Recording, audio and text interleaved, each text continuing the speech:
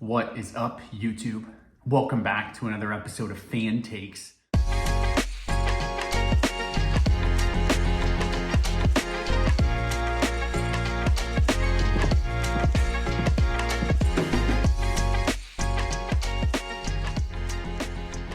I'm your host, Jimmy Sherwood, and today I want to talk about conference realignment.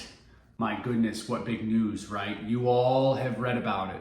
You're either a part of the BIG10, you're a part of the SEC, you're a part of the ACC, you're a part of the ones that are left trying to be a part of something, the Big 12, the Pac-12, and all the little guys, right? So there's a lot going on. Tons of stuff to read about, to think about. Today I just wanted to spend some time covering the Big 10. We added UCLA, we added USC, such storied programs that are only going to raise the level of play in the Big 10. How freaking excited. To be honest with you, I'm kind of nervous about USC as a Buckeye fan. Lincoln Riley, man, outside of Ryan Day, there's really not a whole lot of other people I would want calling in offense. So that'll be so exciting. Obviously, they have the Heisman winner of last year, the Heisman frontrunner for this year to repeat, and Caleb Williams, the bona fide, de facto, already writing it down, number one overall draft pick in next year's NFL draft, Caleb Williams.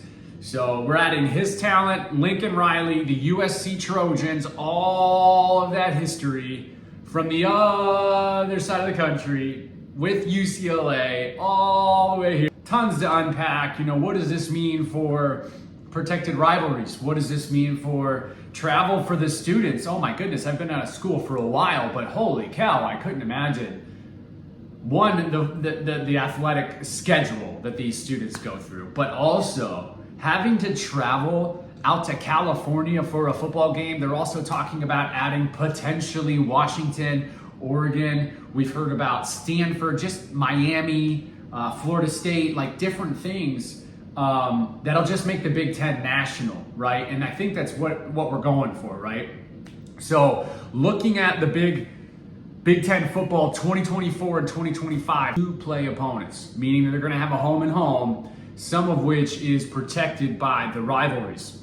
So let's talk about it. Some protected rivalries.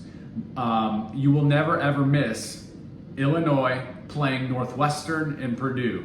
Dang. Michigan is always playing Ohio State and Sparty, Michigan State, right? Northwestern is going to play Illinois. That makes sense, right? Maryland will always play Rutgers. Indiana, protected rivalry with Purdue. Michigan State with Michigan. Ohio with Michigan. Ohio State. UCLA is always going to play USC.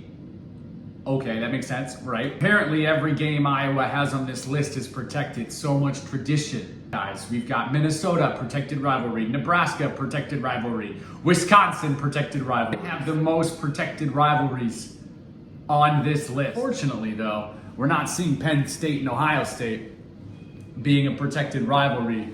And that's kind of frustrating given how close the states are and how close the talent is. I certainly think that should be one. Then you got Minnesota, protected rivalry with Iowa and Wisconsin. Penn State, no protected rivalries. No protected rivalries. That doesn't make sense to me. And then the rest is kind of taken care of.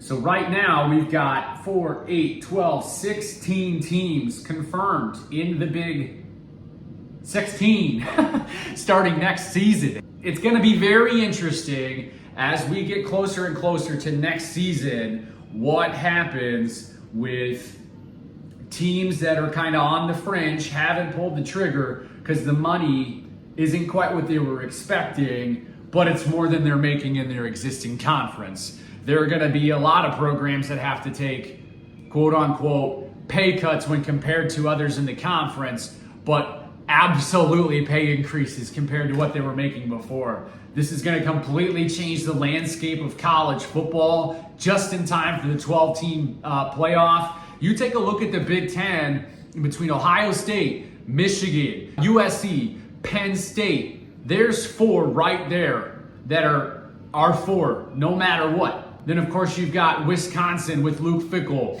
You've got Matt Rule at Nebraska. It's going to be really interesting. I'm excited. I hope that you are about all these extra games. I can't wait for the first time that OSU has to go out to play USC in California with the teams that have not quite found a home, have a home, don't like their home, but are trying to find another home. I think you know who you are. And one last thing. This show is called Fan Takes. The whole point of the show being called Fan Takes is I'm a fan giving a take, but I need your takes. I need you to communicate with me. Or if I say something that you have an opinion about, please put it in the comment section. Not only does it help get the video moving, of course we want to grow the channel. That's why I did this. It's because I want to hear from you. I want to know what you think. Do you think that conference realignment is good for college football? Do you think it's bad for college football? What does this mean for Ohio State?